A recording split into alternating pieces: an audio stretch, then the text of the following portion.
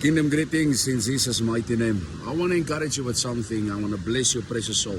Beloved, only you will know your story. Many people want to tell your story. Many people want to say what type of person you are and who you are. But it's only you and God that knows your story.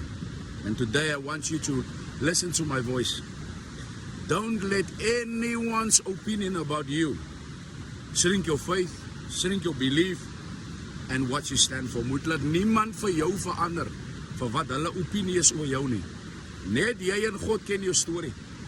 En dis my bemoediging vir jou vandag. Net jy en die Here ken jou storie.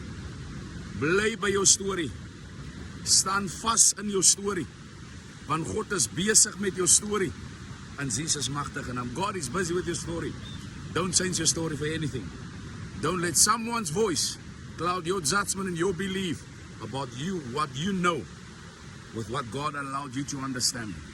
In Jesus' name. I just want to bless that you with that blessing. In Jesus' name. God bless you. Shalom.